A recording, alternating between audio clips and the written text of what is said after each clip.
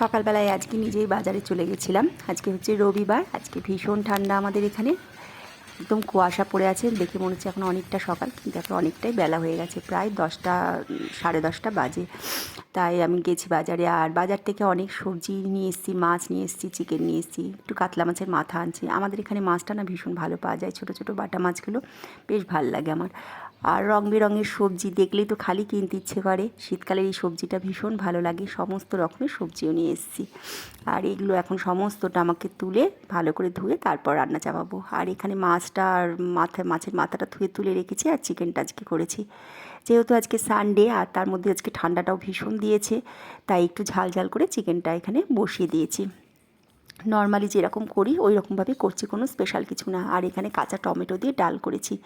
যদিও ডাল চিকেন মাংস করলে কেউই খেতে চায় না, তবু করে রাখলাম যদি রাত্রে ওরা খায় একটু, তাই কাঁচা টমেটো দিয়ে ডালটা করলাম। আর কালকেও যদি থেকে যায় আমার, কালকেও আর করতে হবে না। যে ঠান্ডা দিচ্ছে না, সকালবেলায় উঠে আর রান্নাবান্না করতে ইচ্ছে করে না, কিন্তু কিছু তো করার নেই, যেহেতু তোমাদের দাদা অফিসে বেরোবে আমার করতেই হয়। তাই এখন এই যে ডালটা করে রেখে দিলাম।